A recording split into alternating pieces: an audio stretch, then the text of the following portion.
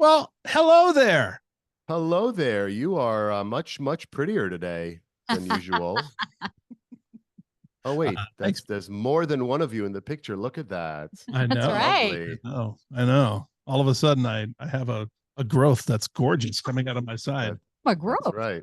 That's right. I don't know that would refer to my significant other as growth, but okay. You do you, man. It's a love that lasts, my friend. Well, that is true. That I believe. That I believe. You also have a lovely hat on today. It says Thank you. BB. I cannot imagine what that stands for. Can enlighten me? I believe it's beautiful bodega. No, it's Braving Business, my friend. The Braving Nice. Business podcast, the official hat, which will be Wow. on the old website. Very soon. Nice. Yeah. That is a lovely hat. I think I will wear it on vacation, which I'm about to go on. Although I got it first, we have to talk about my weekend of debauchery in New Orleans. Please, we Love that town. we heard you left your mark debauching all over the place. I did. I debauched and debauched. Yeah, it was. I haven't been back to New Orleans since before Katrina, and my girlfriend Erin and I went there with I will say our friends now, but they coming into the weekend they were her friends, Mark and Michelle, a lovely couple, and we had an incredible time. We went there for a 3-day weekend. Got there Friday morning. I would say that we experienced the highs and the lows. We decided to go and do one of those. You get on a speedboat and you go on the mud. It's like 45 minutes outside of New Orleans. And anyway, that was not the highlight. But other than that, it was one highlight after another. We danced our way through New Orleans. I stayed up until almost 2 a.m., which I don't think I've done since I was 30 years old. It was so much fun. I can't even. Now, did you do me proud? You said that you haven't been there since Katrina. Did you do me proud? And when you left, they said, please give us some time before you come back. Did you leave the city in that disrepute? Listen, I think I left my mark. Let's just put it that way. Although not as much as some other people. We saw quite a bit of, we saw, America at its best. We saw a 25-year-old retching her guts into a garbage can at like 10 p.m. Of course. Yeah. We saw humanity wearing all sorts of accoutrements on their bodies that, often are not worn out in public. There was the flashing of boobies for absolutely the cheapest, most, useless beads that you'll ever have. The kind that you would be embarrassed to use as butt beads. I don't think that's the medicinal purpose of those beads, just so you know. It's not? No. Talk to your proctologist. I was lied to. It's frowned upon. I think it's frowned upon. It is? Huh. Okay. Yeah. Well, contain lead. You don't want that. Yeah. The things you learn. Plus, you don't want to lose any. No. No. Those have a tendency to break, at least the ones that we got there. We also saw some, generally speaking, I think monks are supposed to be silent, but we saw a lot of monks that were not silent if you didn't give them a $5 bill when they give you cheap pearls or cheap, beads. Not silent at all, not demanding their money. No, not at all. But I'll tell you, it was so much fun. I'm looking forward to a week with Erin in Cancun, lovely Cancun, Mexico, and I'll be wearing that hat and possibly nothing else. But that I can't speak of. So we'll just have to carry on, and pretend I never said that. It's just among us three and the thousands upon thousands of people. That's right. Yeah. Well, good luck in Cancun. Everyone has a goal. So right. I hope that may you get sunburn in places that you shouldn't. How's that? Well, you could wish me that I would have enough sunscreen and not get burned there. That's true. But that's okay. You do you again. I would be wishing you no sunburns there. See, that's the difference between us. No, you are a much kinder friend than I am. I think that's true. So, Cara, yes, we have as our guest today the esteemed Cara Lockwood Benoit, who is the lovely wife of PJ Benoit. In fact, actually, he is your husband. You're not his wife. Today we're gonna do we're gonna turn things around. I will be the one stumbling over my words to make an introduction, and PJ will seem much more on top of it, preparing for the first question. Of Are you course. ready for that, PJ? I am. All right, great. Questions? All right, let's give it a go. Today's guest, Cara Lockwood Benoit, is a best-selling novelist and luminary in the world of contemporary romance, aka rom-com, and young adult fiction. She has published more than 35 novels across various genres, including rom-com, young adult, paranormal, and suspense. And her books have been translated into 5 languages. And if she allows me, I would love to translate into Hebrew and make it a 6th. Yeah, let's do it. Do you know they throb in Hebrew? I know 3 different ways to say throb and 2 different ways to spell it. Okay, How do you good. like that? Good. Wow. All right. Impressive, my friend. Yeah, thank you. Well, certain words are just so essential to communication. True. How could you not know them? True. Cara is also the founder and president of Edit, my novel and online editing business that guides aspiring authors through the publishing world, through which she has helped hundreds of people realize their dreams of becoming published authors, which is super cool. She was born in Dallas, Texas. She's a graduate of the University of Pennsylvania, which very recently, over the weekend, as a matter of fact, fired their president for thinking that maybe there are certain instances where killing Jews or saying that you want to kill them is okay. I don't know. As a Jew and an Israeli, I find that a little bit disturbing, and I'm glad they fired her. And I wonder just how much the $100 million that Ross Stevens, a graduate of the school, decided he was going to pull away had to do with them firing her. But I want to hope they did it because it was the right thing to do. But I suspect it had something to do with it. Cara first made her mark with the novel I Do, But I Don't. It's a book which has captivated audiences and later was adapted into a Lifetime original movie starring Denise Richards, at the time, I believe, married to Charlie Sheen. So I think you met him too. Yes. That's a story. Yes, as well as Dean Cain, Superman himself. Her novels have been celebrated for their engaging narratives, relatable characters. They include Dixieland Sushi, Every Demon Has His Day, and the Bard Academy series for young adults, featuring titles like Wuthering Heights and my personal favorite, I'm just going to say it with an accent, Moby Click. That name seems a little X-rated to me. I don't know, but to young adults, it couldn't be, right? Yeah, no. And it was not at all. It was Wuthering High, not Wuthering Heights. Right. Wuthering High. Yeah, sorry. You didn't. Oh, you're not Emily Bronte? I'm sorry about that. I don't know where that came from. Cara's copyright issues. I don't know. Exactly. Well, you know what? I'd like to see her come after us, her publisher come after us. I think.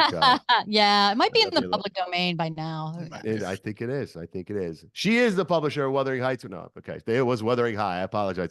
Cara's books, not just stories, they're explorations of love, life, and the unexpected twists that make life both exciting and deeply human. And we'll dive into this conversation to understand the inspiration behind your work. Of course, beyond the most obvious inspiration of all, who's sitting to your right. Needless to say, he is the main character of your rom-com story. Yes, he is. Mostly on the com. No, Not the rom. No, he's the hero. He's the hero in all of my books. You're my hero. So that I tell people whenever they start reading her books, I'm like, hey, when you get to the sexy parts, think of me. Yeah. I just asked for her to send me a couple of books so that I could read them on vacation, and now I don't know that I want them anymore. Thank you. I'll put a little Polaroid of me in there for you. Please do. In addition to everything that Cara has done and is doing in the world of literature, she's also a mom, a stepmom, and is overcoming breast cancer, which fans of the show have heard PJ speak about. It's not a secret, and I look forward to having a little bit of a conversation about that. And to understand the transition that you went through. You started really high, you had some lows, you've come back, and I think your story is going to be something that our listeners and viewers are going to really enjoy. So, Cara, thank you so much for honoring us by joining us on the show today. Oh, thank you so much for having me. I'm your number one fan. I mean, I listen all the time, so I'm very excited to be here. Well, Erin would tell you that she is our number one fan. Well, you know what? Um, When we do the Braving Business Vacation, That's right. that is have a nice. little cage match. You and I will drink. And That's right. They you know what they could do is they could share their favorite anecdotes from episodes with us. They That's can true. regale us with their favorite moments. Yeah, that'll That last. would be nice. Erin actually does that. It's really lovely. Like she gives me commentary, and it's it's I enjoy it. Do you do that for PJ? Do you give him feedback on the episodes? I have not given him a lot of feedback because it's all so No. perfect. Oh, that's so nice. Wow. All right. Let's get to the question, shall we? Let's get to the questions. I Cara, think my we love. know. Yes. Yes. Before the accolades, Yes. and before I Do But I Don't became a household name, taking the RomCom world by storm, as we all know, there was a dream and the journey of becoming a published author. Can you share with us how this dream took root for you and the path you traveled to realize it? Yeah. Well, I always wanted to be a writer. I always loved to read first of all. When I learned to read in preschool, I was so excited. And my mom, who is also an avid reader, took me to the bookstore so that I could pick out books. And then she let me ride with the car light on all the way home so I could read it in the backseat. I've just always loved to read. I've always loved stories. I always wanted to be a storyteller. When I went to Penn, that was my goal. I'm like, I'm gonna get a degree in writing and literature, and I'm gonna write a novel. And my Japanese American dad, who's an retired orthopedic surgeon, was like, well, what are you going to do to make money though? You're not gonna come back home when you graduate. So what are you going to do? And I was like, oh, well, yeah, I guess I should make a living. That'd be great. So then I started working at the student newspaper, got a job in journalism out of school, but never gave up on that dream to write. I always wanted to write fiction, always was drawn to stories. I like humor, I like romance. It just felt like a natural fit. So I just kept trying and probably started and stopped 100 books before I finished one. And I just decided I was going to finish one, and had a friend of mine who's also an avid reader hold me to task. And I was like, okay, I'm going to finish this one. This is the one I'm going to finish. I'm like, just check in with me every few weeks and see, like, just keep me to task. Like, I'm going to be accountable. I need someone to hold me accountable so that I don't give up on this. And she was awesome. She every couple of weeks would ping me like, where's the next chapter? I'm waiting. Hello, I'm waiting. So that was I Do But I Don't. That became I Do But I Don't. And then sold it and got an agent, sold it within 2 years, and another year it was a movie. Well, all right. So when you first got it, like, let's say you put the pen down, you hit the period at the end on the laptop. How long was it before you actually got representation? Like, what was that process like? Did you have to go to a bunch of publishing houses and look up, like, oh, here's Random Hill, I'm going to reach out to them? Like, well, what happens in the traditional publishing world is that most publishing houses will not look at an unrepresented manuscript because they won't even accept it. You have to have an agent even just to get in the door. So you have to apply to a number of agencies, and most of the agencies get hundreds, if not thousands, of submissions a day. It's absolutely out. I mean, the slush pile, which is what they call it, is so huge. They can't even get to every book, every, query letter. So it's very difficult just to get noticed at an agency. I was lucky. I had 2 agents interested in representing me.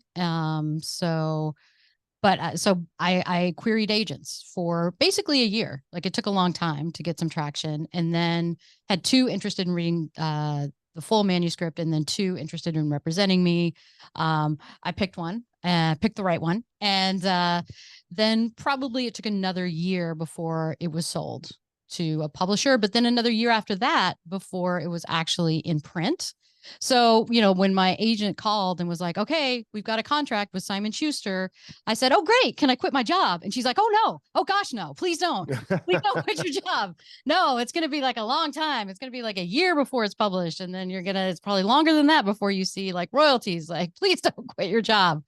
So it took, for me at least, 4 novels before I felt kind of safe enough to like, okay, now I'm gonna quit my day job and I'm just gonna do this full time. And then a lot of other things happened. Which we'll get into, but Yeah. let's actually talk about, I mean, I do, but I don't, as you said, not only ends up being very successful, which had to have been just exhilarating just to Oh know yeah. that so many people are reacting and responding to something you did.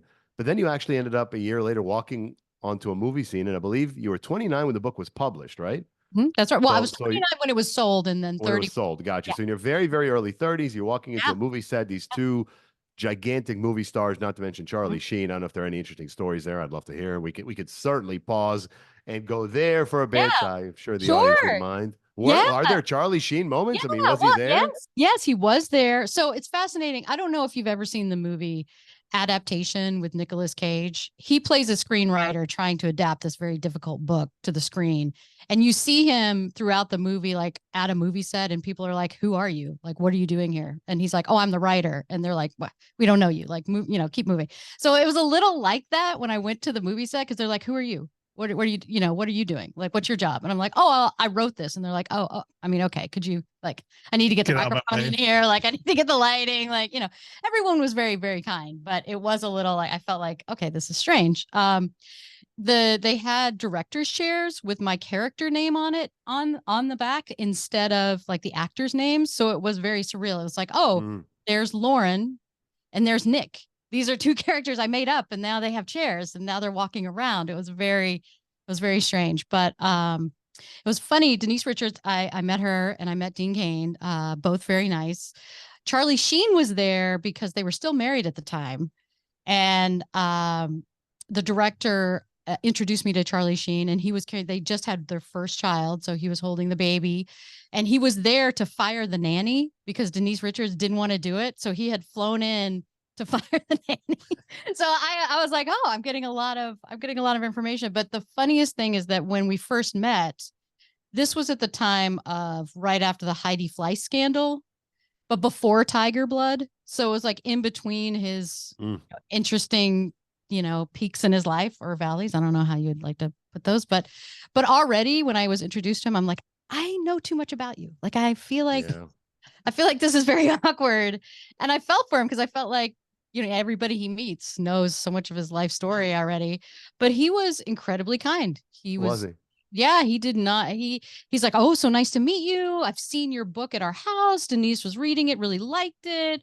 The cover art was so good. It seems like I've seen that before. Like, do you know the artist?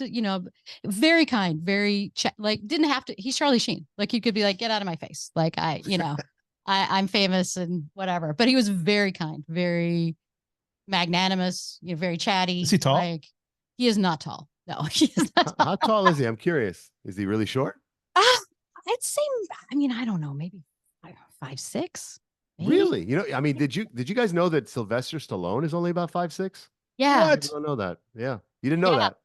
Yeah. I mean, he was not tall. You're tall. You're taller, babe. Thanks. You're taller than yeah, I am taller than 5. Thank you. Yeah, no, you're taller than Charlie Sheen. I didn't get out my tape measure, but But you figure yeah. 5'6", 5'7", somewhere around there. And like every movie star, they're always like smaller in person, just narrow, Well, the camera slimmer, adds 10 pounds. For me, it adds 50. Shaquille O'Neal doesn't look very small in person, I gotta tell you. Right. Well, true. Yeah. But most people, I think that's fair. Yeah. So, well, on that note, go ahead, sir. No, well, I was going to say once your dream of becoming a published author was realized, what were some of like the unexpected twists and turns of the publishing world that you had to like change and adapt to, and how did you take those experiences and like set your foundation for writing in the future? Yeah. Well, I came on the scene when rom-coms were becoming just very, very popular. It was right after Bridget Jones's Diary, and Shopaholic, and rom-coms were just everywhere. Like, everyone wanted them. They were covering the tables. My publisher launched Downtown Press, which was a whole line of books that I was part of. And every major publishing house was like launching a line. They're like, this is the new genre. This is how we're going to, I mean, publishing is always like any business looking for that new line of revenue. Like what is going to bring people into the stores, what's going to buy, sell books. And for them, it was rom-coms, which they called chick lit at the time.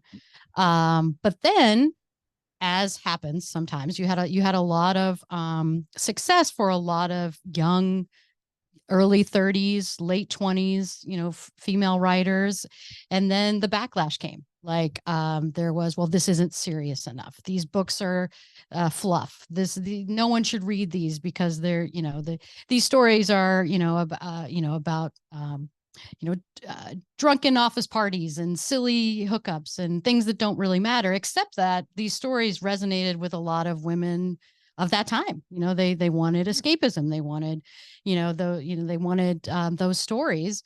And there are a lot of books that are pure escapism. A lot of commercial books are, mysteries. That's what I was thinking. I mean, John Grisham is not exactly, Right. William Shakespeare. Okay. Exactly. And there's a place for literature and artistic work. And then there's also a place for escapism and commercial fun and, all the things, that we like about storytelling. So there was this backlash. So then the critics started first, and then other authors, even unfortunately other female authors who felt like they weren't being taken seriously in the literary realm, decided, well, in the commercial realm, women shouldn't have success either. I don't know. It was there's just a lot of talk about it. Then the readers themselves were like, oh, I feel bad. I shouldn't have this book out on the train or at the beach or anywhere. I mean, people are going to judge me for reading this, so maybe I shouldn't buy it. And then, sales just went completely, They just tanked. Yeah. They should have done what I do. I just wrap all the books I read in War and Peace's outer cover. Right. Yeah. And I look a lot wiser. Yeah. Yeah. Except for when people see me reading a book with War and Peace on the cover, they're like, that must be like the Cliff Notes version, because that thing's like a pamphlet. That's right. We think that book is longer. It's Yeah. supposed to be longer. They don't even have Cliff Notes anymore. You know that? I know. Yeah. That's That like thing smart. doesn't exist. Yeah. Isn't that weird? I've used that term with my son, and he's like, what are Cliff Notes? I Yeah. was like, what do you mean, what are Cliff Notes? That's how I graduated high school. Exactly. That's what they are. Exactly. Well, unfortunately, now they have Chat GPT, so they don't need any of that. That's They right. just ask. Yeah. Yes. The world is changing. So, Yes. you had to deal with that. There was this backlash, and at some point your publisher Simon and Schuster asked you to try writing some new genres, which I believe you did try. Yes, I did. And how did you feel about that, by the way? Did you feel like you were not being true to yourself? Was there some sort of internal struggle with doing something that was different than what you intended to do? Yeah, I mean, on the one hand, I was always open to try new things, but on the other hand, there was a little bit of like, well, there was a lot of fear in that decision making, because I think when you've made it, then you feel like, well, I have to just do everything I can to stay here, because what happens if I have to take a step back? And so at that time, if I had to do it all differently, I would have done things differently. I probably would have stepped back. I probably would have told myself it's okay. I think so many people, and myself included, you're in the moment and you make decisions just for fear of losing something, or, having a setback that you don't know how to recover from. So when my publisher and agent, asked me just to switch, keep switching, just keep doing these genres, even though I didn't really believe in it, even though I wasn't even really that excited about the writing I was doing, I was like, I have to do this because I can't lose. I can't go backward. I mean, in publishing, there's like a hierarchy of authors or published authors. There's like the hardback authors that are the most successful. Then there's trade paperback. Then there's mass market paperback. And then below that, there's like serial fiction, like, some Harlequin books, some, mystery series. They're not even their independent titles. They're more like, part of the brand of the publisher. So that there's this hierarchy. And so I was a trade paperback, I didn't want to go down to mass market or then below, like what happens then? Then you have to meet your other author friends at the, conferences, and you have to say, oh yeah, I started here, but now I'm down here. Yeah. Oh, my first book was a movie, but now, oh gosh, how, and then you get the look of pity. Oh, like how far you fallen, like I'm still in trade or I'm moving up, I mean, there's all of that, but ultimately that really doesn't matter, but in the time, at the point where you're like paddling water and you're just desperately trying to keep afloat, you're like, I can't sink. What happens to me? What will I do? So I did make the switch. I did decide to do some of those books that maybe in retrospect I wouldn't have done. So let's talk about that, because I think first of all, I think that it's extremely common to be in moments in one's career where there is an ebb. It's not just going to be constant flow. Yeah. And in those moments, particularly when you're in the earlier stages of your career, maybe haven't quite established yourself, maybe you're not quite firmly rooted in who you are yet. It's very, I think, understandable and human to lean into counsel that you get from, wiser elders, or certainly people who are responsible for your livelihood.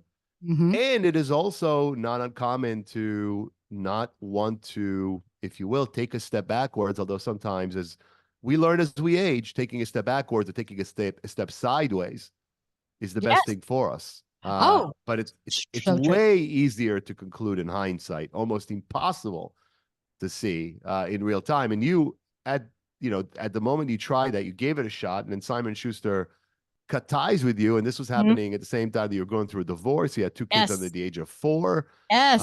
It had to have been a really scary time. Oh yeah, it was scary, and I think again, like like you're saying, with age, things look so much different. At that time, I felt like success with the book, check. Like marriage and kids, check. Like everything's good. Like my life's set. Like I've achieved things, and then one by one, those things started. I lost those things. I was like, what's happening? Like this.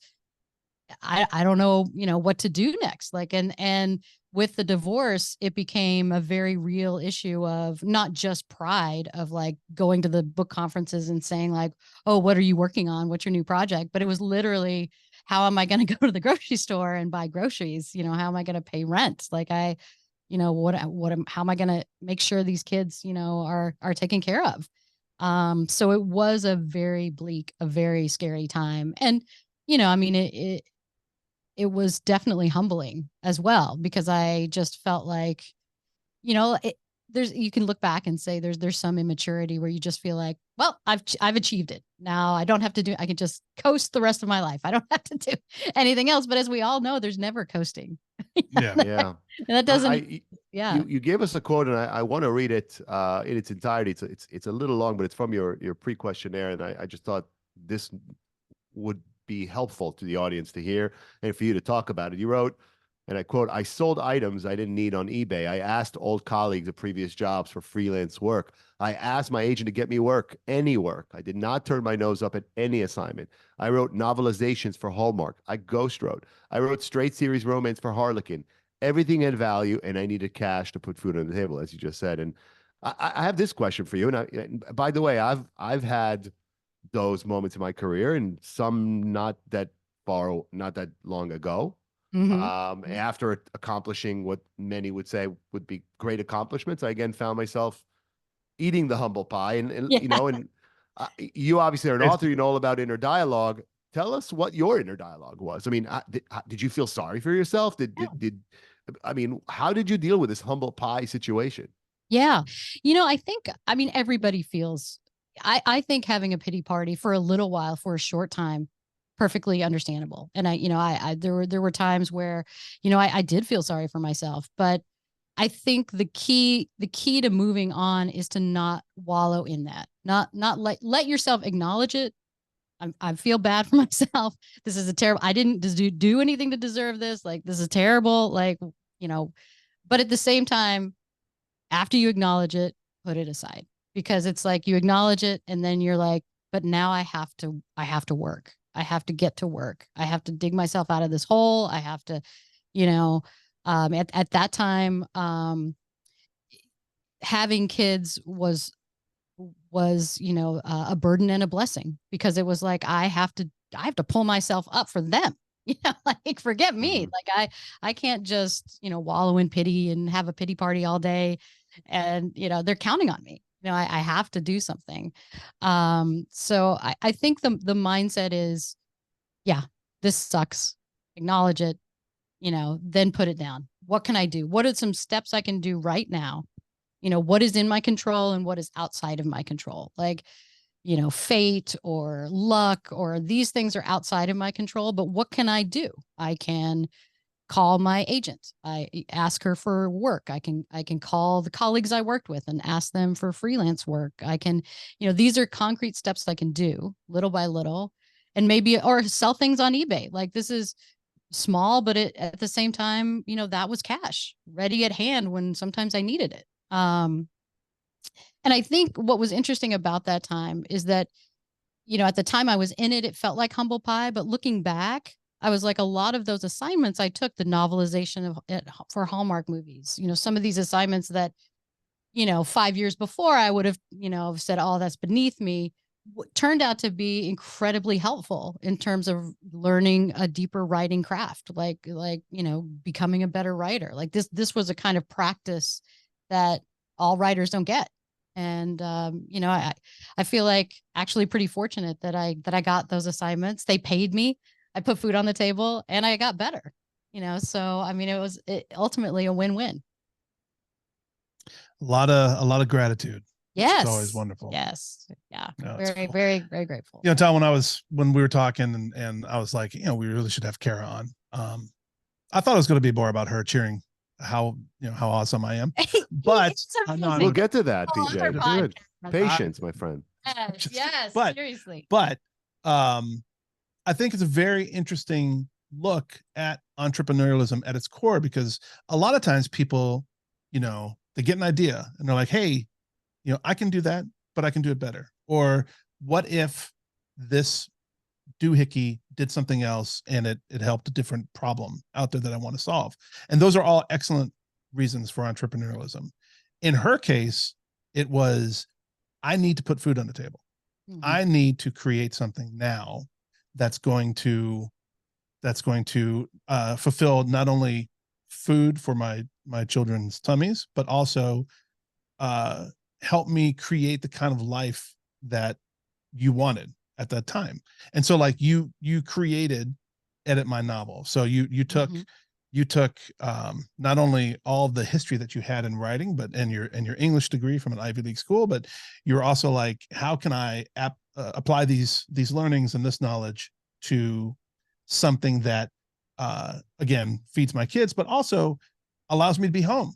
And right, because you could have gone and worked for anybody and had the office job and done the 9 to 5, but you were very adamant about wanting to be there for your kids, especially since now you're divorced and you don't have a partner who can pick up the slack at that time. So I think I think it's just it's something to shine a little light on this podcast, because all the entrepreneurial journeys are different, and all of the reasons for doing that are a little bit different. And look, PJ, the journey of female entrepreneurs, especially ones that are mothers, and even more so those who are single, who are not partnered, don't get enough attention. I think when we talk about business and the journey of a so-called typical person tends to gloss over the experience of those that don't come with the support system of having someone at home who's taking care of their kids and having a second income to fall back on. That, I think, is it's in many ways the degree of courage required to do that is even higher than the degree of courage required to be an entrepreneur that has that support system. So on many levels, you could say, well, I need to put food on the table. But like you said, if putting food on the table was the only consideration, there are other ways to do that. You chose a certain path, and I'd love to understand a little bit more about the inception of Edit My Novel. First of all, you made that decision. You up to that point, you're an author, and now you're not just an author, you're a business person. You need to go out there and you were marketing yourself. Now you're marketing your services. First of all, how did you balance your life, your own writing, in this business? And again, when we're young, we're able to do things that seem unimaginable as we look back, right? So as you look back at it now, I'm sure you're probably shaking your head in wonderment that you were able to make it happen. But from what you recall, what was that journey like? Yeah, you know, it was it was there was not a lot of sleep in that journey because I had two small kids. I was and not a lot of family nearby either. Right, because all your family's in Texas. In Texas. And how right. how old were the girls? When probably 3 and 2. 3 and 2. Really Yeah. small. Really small. Yeah. And 3, almost 4 and 2. And so that's just, you know, as you know, I mean, it's just they're going all the time. So during nap times, after they went to sleep. So most of my real work happened from like 7:30 at night to like 1 or 2 in the morning. Like that's when I was working because they were sleeping and I knew they would sleep. So that's when I worked. And then during the day, they had some like preschool programs so that, you know, they could go to that. And then I had a wonderful babysitter that would come in for a couple of hours. But in that 2 hours, I would have to do 6 or 8 hours of work. You know, I'd be very focused. But it was really just the no sleep. It was the no sleep. And then, you know, just trying to figure out, because with Edit My Novel, one of the interesting barriers at the beginning was just understanding that that service had worth, because going through being cut from Simon Schuster, it was like, oh, I guess I'm worthless. You know, I guess my writing isn't worth anything and they don't think it's worth anything. And, you know, and pitching stories that weren't getting book contracts, I'm like, well, am I worth it? And it was having to take a step back and say, well, no, I've you know, published all these novels with Simon Schuster. One was a movie. Like I know, you know, what it takes to make a good novel. It's just that for whatever reason, I can't find the right editor right now. But so then getting past that mental block and then deciding why not put my services out there? Why not try to help other people? And thankfully, there was no overhead. You know, it was about getting a domain and a website and paying Google ads, what I could manage. You know? So it was a lot of trial and error. And then over time, like after a year or two, I started getting, you know, clients that really liked working with me, and they would recommend me to their friends. And, you know, suddenly it was like a business that was going, that was, you know, a steady source of income. So, in that way, I'm very, very fortunate. A question on that. So as you're working with authors, and I've done some editing. I actually initially in my career expected to be in journalism. I didn't expect to be in business. I ended up going into business. And what I found difficult is that people submit work to you and it's no good, and it's Yes. and it's Yes. really hard to tell them that it's not. Yes. Yeah. And if your business is to edit people's novel, obviously, ultimately the objective is not just to edit a novel or write a novel; it's to get it published. Do you find it? I mean, are you rejecting manuscripts, or are you not working with authors when you think their odds of getting published are slim? I guess nowadays you can self-publish, but you know, what's your thinking around that? Yeah, you know, my motto is to be honest but never cruel. So I think there's a way of being honest with someone about their writing without completely destroying their dreams. You know, I think there's some of these dreams need to be destroyed. Well, because I have seen some of these. Part of my approach has always been, I'm going to take this manuscript as seriously as you did. Even if the premise is outlandish, even if the writing is not very good, I'm going to take it as seriously as you took it, and I'm going to give you serious advice. And sometimes that advice varies from, you know, we really need to look at mechanics of writing and just the grammar of putting the sentence together, you know, because these are the building blocks of writing, you know, and you can say that in a way that's not like you're terrible. You know, it's like there you can at least I try to emphasize the positives. Like, this is a very creative premise. You know, that character was very interesting and, you know, well thought out. We just need to work on grammar, and we need to work on punctuation. We need to work on, you know, these Maybe things. you shouldn't write your novel in English. Yeah. Right. Tal, I have seen complete manuscripts that have no punctuation. Yeah. There are no paragraphs. God knows too. It's just full on pages of just copy. Yeah.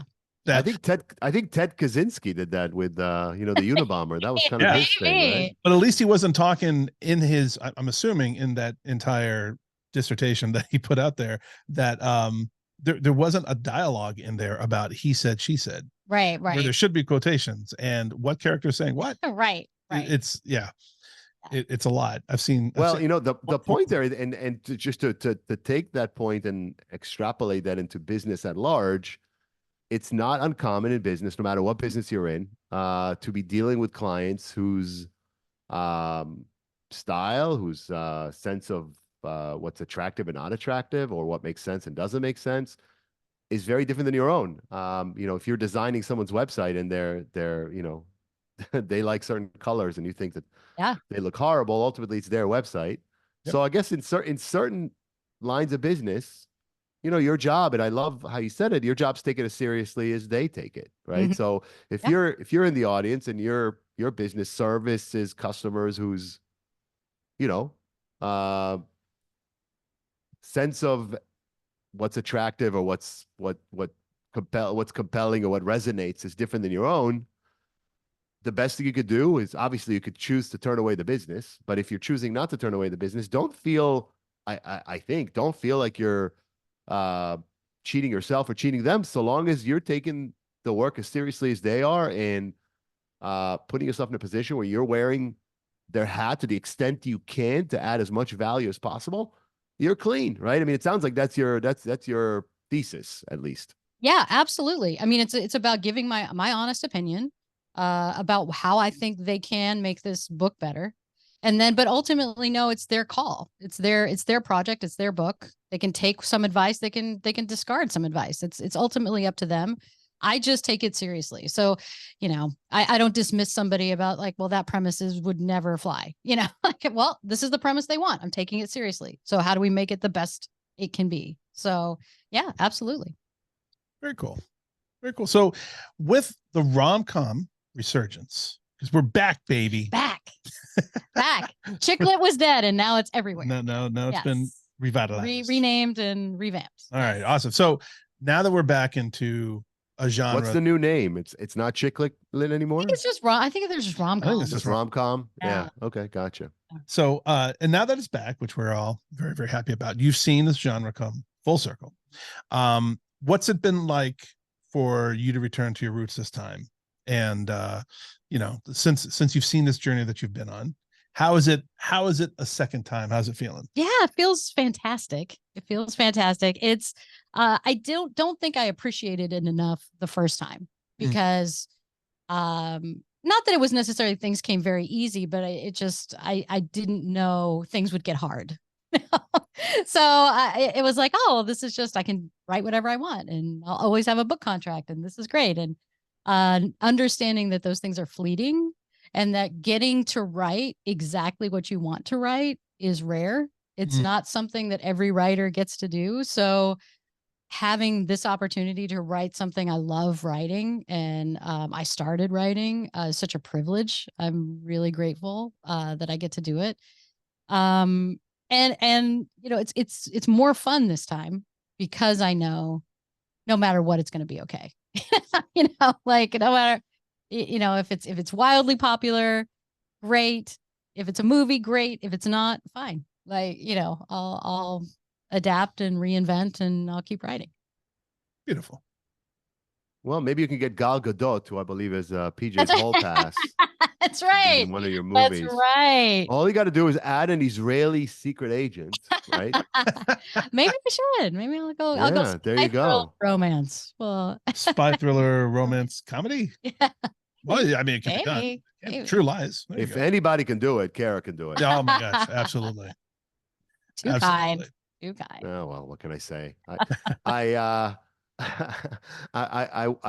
We need to pivot, and you know, we've been talking about what's going well, and one thing that has caught you off guard, but fortunately you guys are dealing with it head on, is your diagnosis of breast cancer. I believe the statistics are that one of less than 4 women, so 1 in more than 3, less than 4 women will be diagnosed with breast cancer in their lives, which is a shocking number. Ridiculous, actually. Yeah. Yeah. And you know, I've been following your journey, talking to PJ. I myself, as PJ, I'm sure I shared with you, was there. My ex-wife of 20 plus years, Maria, was diagnosed with breast cancer very, very early in our marriage. Our son was only one. Oof. Our two daughters, my daughters from our first marriage, whom we were raising together, were 6 and 4. Mm. And it was very, very difficult. Fortunately, 20 some odd years later, she's doing wonderfully. But what are you comfortable sharing about this part of your journey? And it's come at a time when, well, from a professional standpoint, you're on a resurgence. You have a great new book that's coming out in January. How have you been, I mean, that's got to be the dichotomy between you're blossoming again professionally and then you're dealing with this personally. Yeah. What can you share with the audience about that? Yeah. It's just, I think it's just a reminder that, I mean, this is life. Life is a lot of curveballs, and even no matter how well you plan and how you prepare, things come out of left field. And this is just one of those things. And it's been difficult, but I've been incredibly lucky to have this man in my life as an amazing partner. He has gone to every single doctor's appointment with me. He canceled his barbecue competition in Kansas City, his fishing trip with his oldest friends.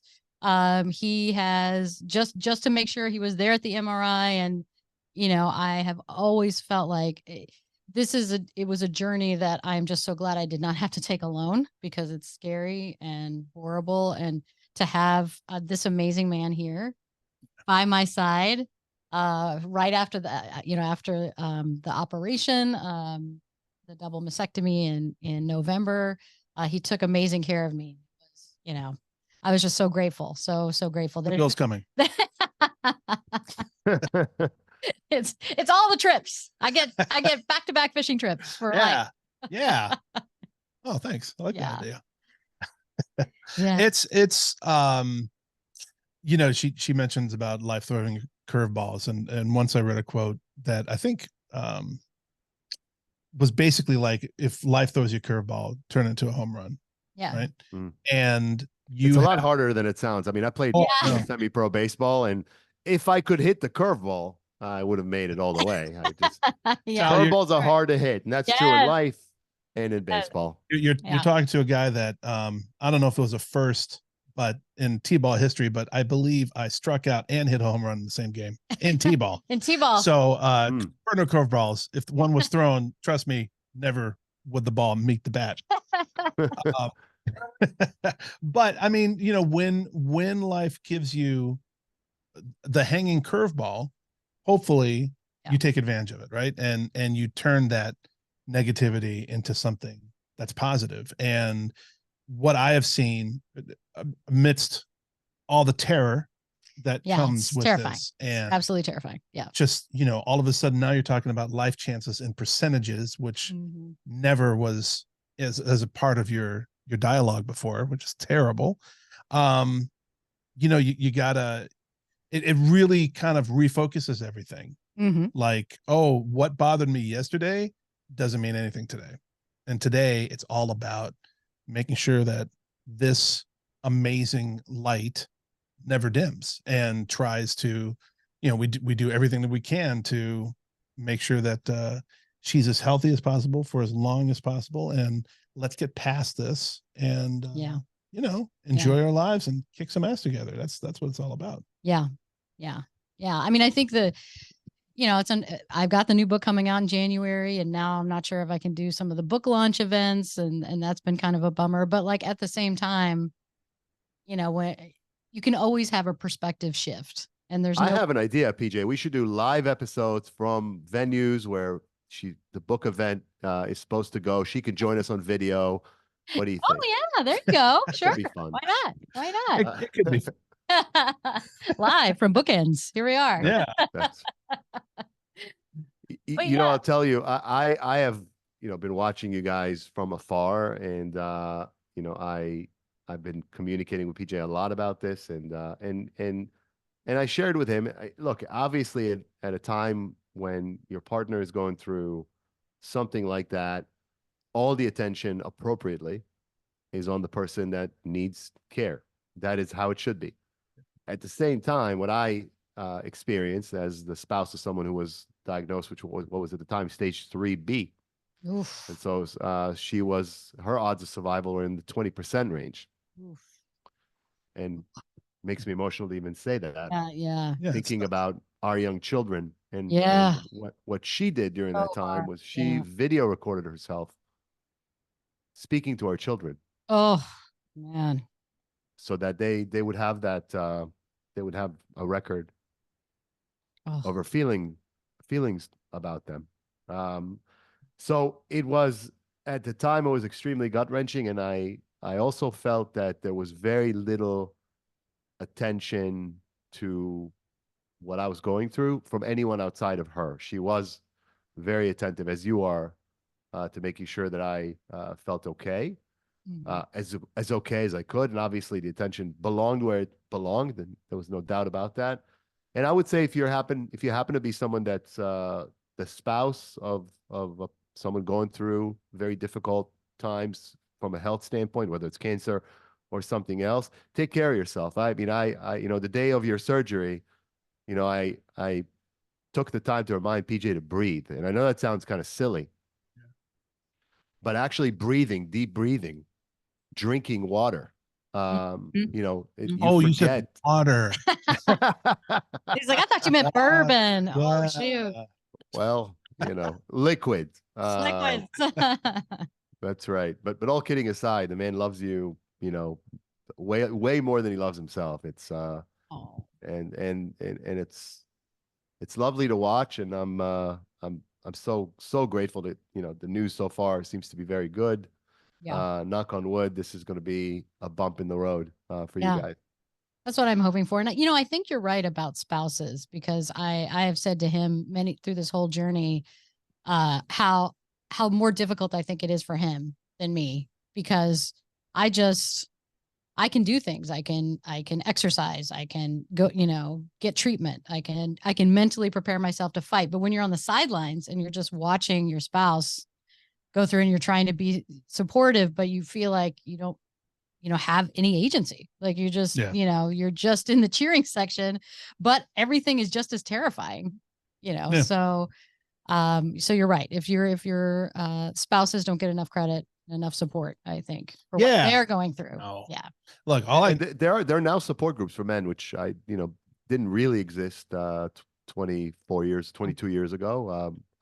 If you're out there, seek them out. Yeah. Don't try to deal with this on your own. This is no different than any serious crisis in your life. I mean, you are possibly not equipped to deal with it and process it. It's traumatic, and any trauma requires processing. Any trauma that you don't process stays in your body. My significant other is a psychotherapist, and her specialty is trauma, and that's what she would tell you. If you don't deal with it, it's not going anywhere. It's staying with you. If you deeply, deeply love someone and you're watching them go through something that potentially could take them away from you, it's terrifying. Yes. Terrifying. Oh, yes. And you can't even really do what you would normally do when you're terrified, which is go to your partner. Yeah. And Yes. commiserate, right? I mean, it's one of these very, surreal moments in your life where you're feeling enormous angst and in all probability don't have an outlet for it. Yeah. Yeah. I don't know.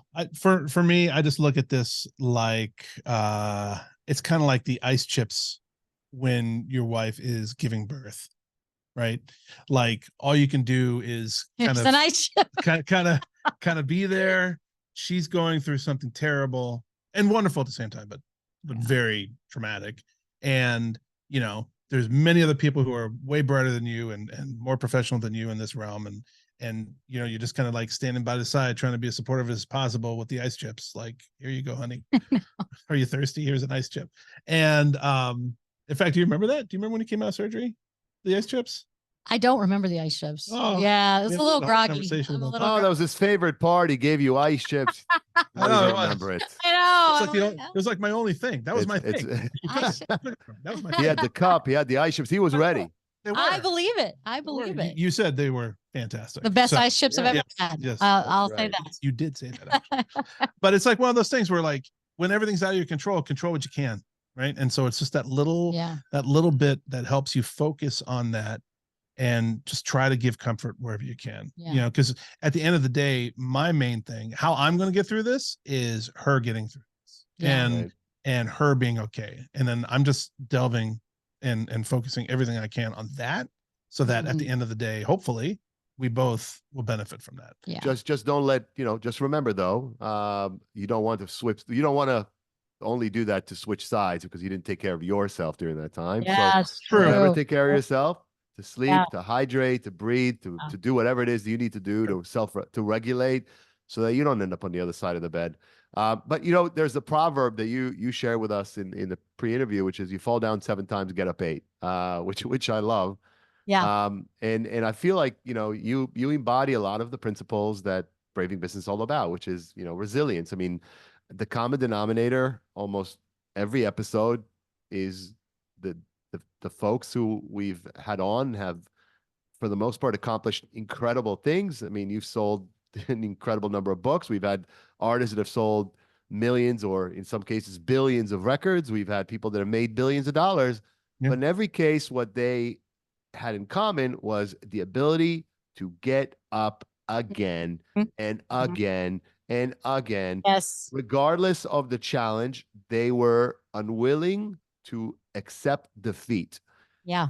Talk to me about that. I mean, you have faced high highs, but also some low lows. Yes. Yeah. Which is actually in many ways harder, right? If you've constantly failed, it's arguably you don't know what you're missing out on, but you did. You knew what it was like to accomplish huge things. Then you're down, trying to get back up. It's actually easier, I think, at that point to say, "Oh, fuck it.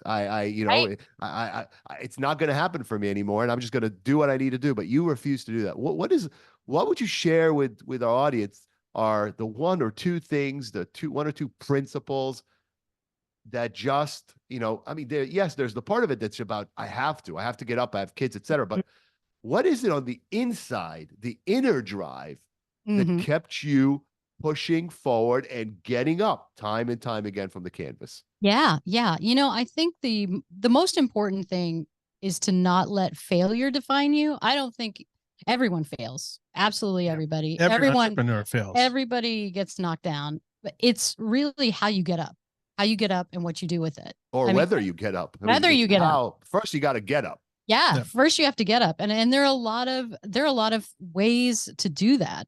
For me, I've found, quite honestly, counseling very helpful. Like during that divorce time, that very dark time, I had an amazing counselor who helped reframe the problem, in a way that helped me, become mentally stronger, and able to see things differently and get up. And then I was very fortunate to be able to go back to her with my cancer diagnosis. And she did the same thing for me of reframing the problem. Because I think sometimes, at least for me, I will say, like, what did I do? What did I do wrong? I did something wrong. That's why I failed. And focus on all the things I did wrong. And then she can just switch the lens a little bit. Well, what are you doing right? What can you continue to do right? Like what are the things you can do so that you have less regret next time? And so it's just, it's that little shift that helps you get to a point where you're like, oh, I don't have to sit on the ground, and sitting on the ground silly.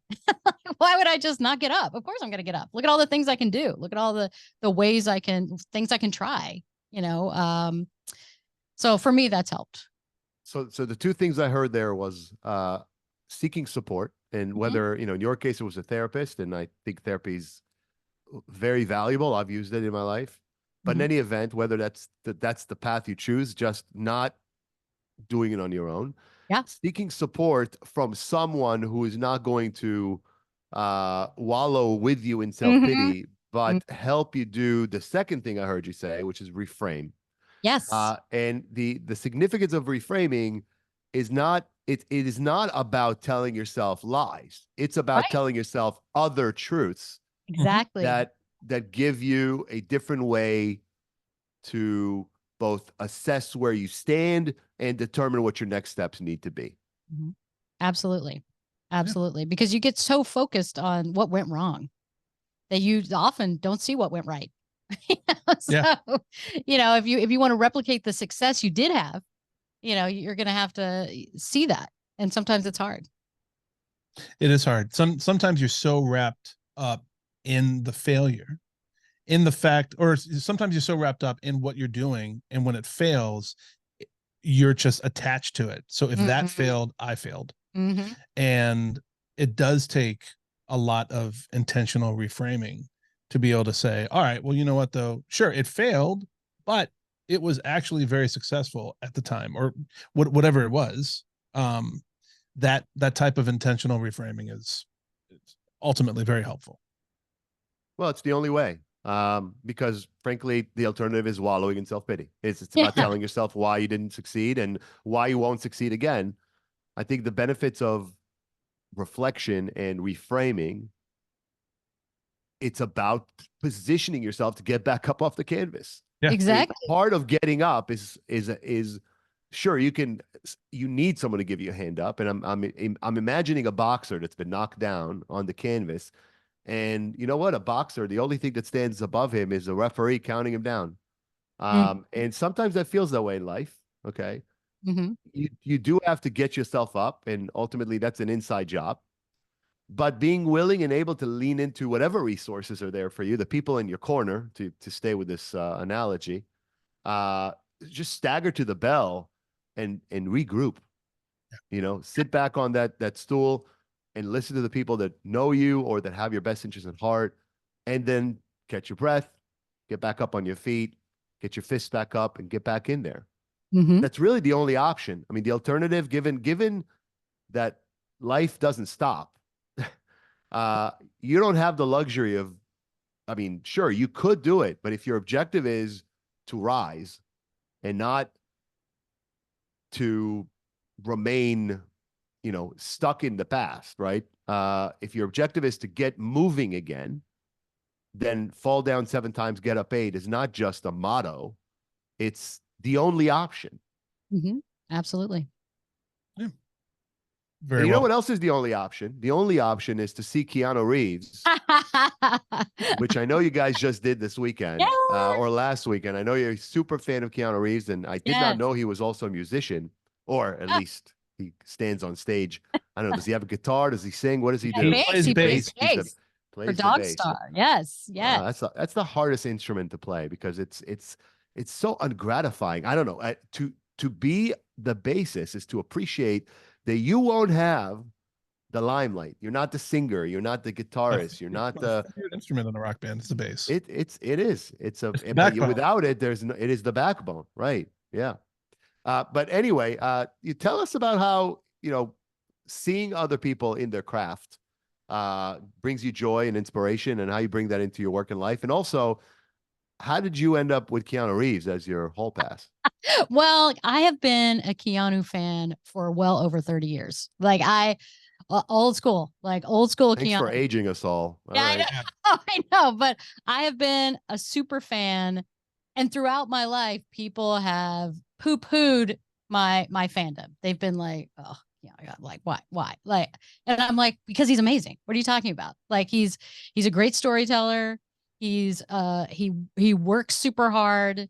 He's like one of the best stunt actors I know. Like, he's not only has one major franchise, like Is that true? We should ask Rich Hopkins, John PJ, whether he's truly any good.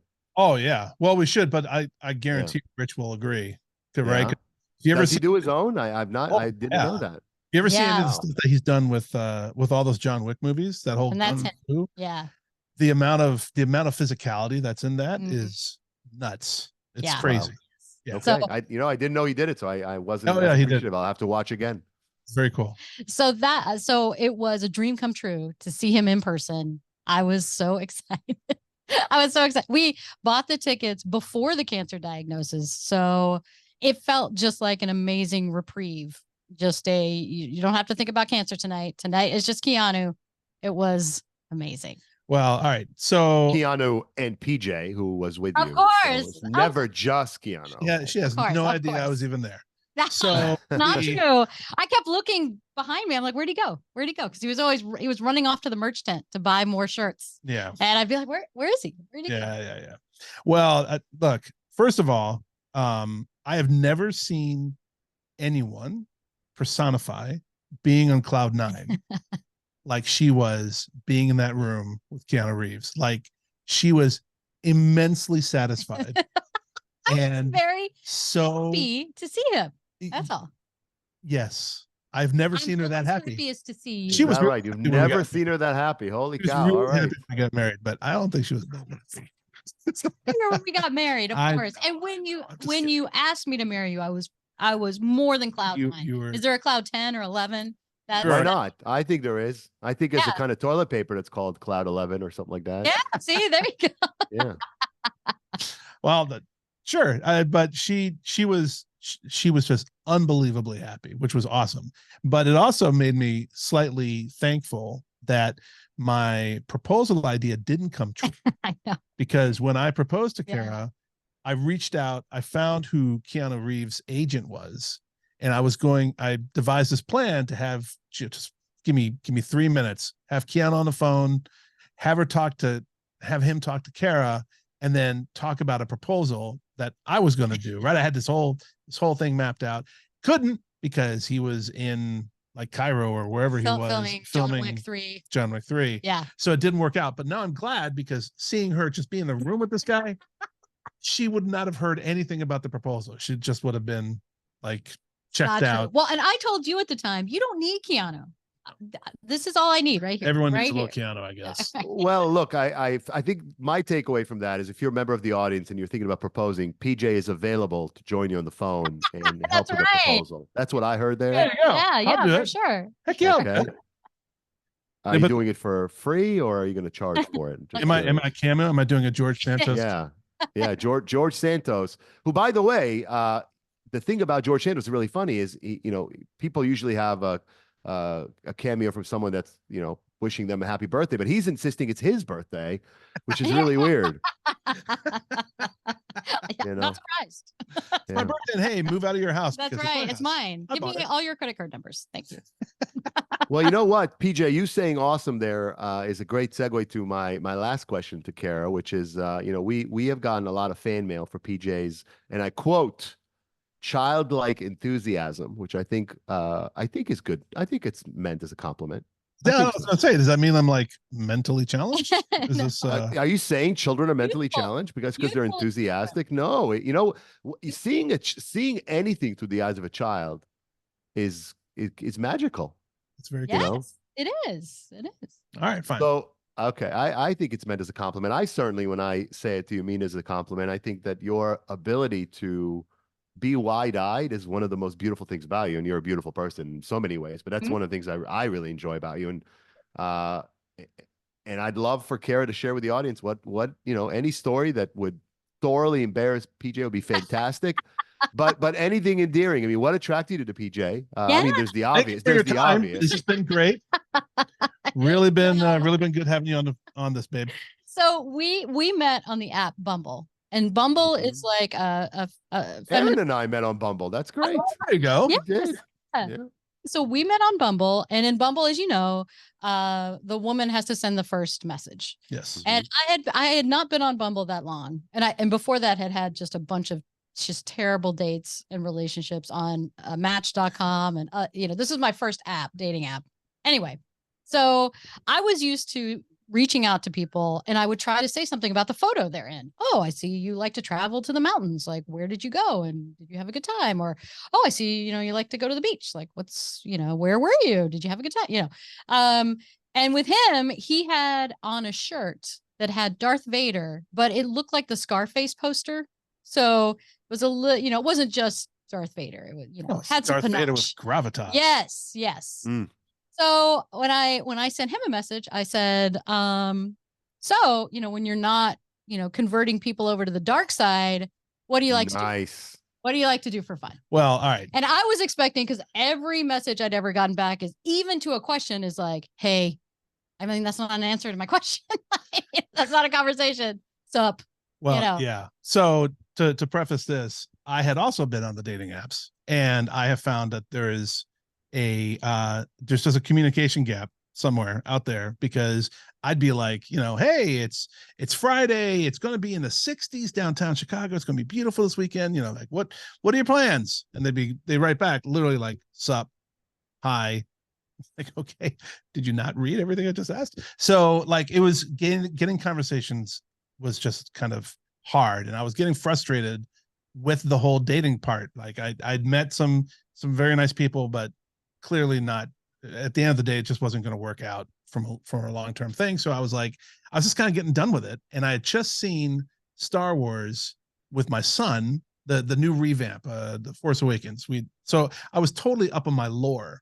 So now that I don't care about the dating, and when I get her message and she's like, hey, you like to pull people over to the dark side or whatever, what do you like to do for fun? I wrote her as Darth Vader. It was awesome. So I wrote her, and I was, from PJ. yeah, and I was like, well, normally I like to build Death Stars, but these scabs blew one up, and then I built a bigger one. They blew it up again. I said, but at least my grandson killed my son-in-law because that guy was a prick. And right, because I'm like, I'm just done with it. Like, here you go. That's it. And I was about to go to dinner with a friend of mine, and she's like, are you ready? I'm like, no, hold on. No, I got to answer this. This is a live one. I got a live one. And so we went back and forth as Star Wars characters for a while, to the point where we had to both say, hey, we're not like super geeky Star Wars fans. I don't have a stormtrooper outfit in my closet. I'm not Boba Fett. You don't. Like, I think, given that story, I think you should buy one, and I think that you should do an anniversary themed on that, where you could be with the Princess Leia, and I could be Jabba the Hutt. You could be Princess Leia. No, this will work out great. No, but I love his playfulness. I love his humor. He is the bravest person I know. Socially brave. There's nothing that phases him. We were in Washington, D.C., in front of the White House, and there was like a Secret Service agent with like an automatic weapon, like, just looking very menacing. And he walks up to him, just asks directions. Like, hey. And I'm like, what are you doing? Like, I'm very scared of that guy. And PJ's, his whole worldview is they're just people. Everyone's just a person. Yeah, and it means that he's not intimidated by anyone, but it also means no matter who you are, he sees you as a fully formed human being. He's going to treat you as such. And it's why he has such an amazing heart. Well, all right, thanks. This is a business podcast. I know, but I'm well, actually, thank you for saying that, PJ. And I'm going to say that there's nothing at all about business that's not consistent with. Quite to the contrary, I think truly successful people in business do see other people, are present, do invest their time, do make an effort. So everything Cara just said about you as a human being, I would say, are the kinds of traits that people should bring into their lives, careers, and certainly their relationships. And I can, as someone that was not on Bumble that long, I can I will echo the experience he had. It was kind of interesting. There would be people who would respond with disdain at well thought out answers, as if like, what did you'd prefer for me to be not thoughtful? Is that the thing? Right. So but I'll tell you what, the thing about that is that it's not just an exercise in finding your person, it's also an exercise in identifying the traits that really resonate for you. So for me, that journey, while I hated it while I was in it, really sharpened my view of what I value. And I knew it. I didn't come into it blind, but it reinforced what I value. And I to bring this full circle to New Orleans, where I started this episode, I spent a lot of time this weekend truly feeling beyond grateful, for the opportunity to have such an incredible person in my life. And seeing the two of you is inspiring. And hopefully, how many years have you been married now? Going on 6. Yeah. Going on 6. Yeah. Well, hopefully many, many more years for you. And who knows? I have some ideas for what the future brings, but at the same time, you also have to take life a little bit one day at a time and not rush things. Yeah. Yep. Cara, I want to thank you, Yes. first of all, for for being an advocate for us in this podcast. This journey actually began when I was a guest of yours and PJ's Yes, that's on your right. podcast, and Yeah. and PJ then followed up and was kind enough to think that that we had the opportunity to do something together, which I'm very grateful that we're Yeah. doing.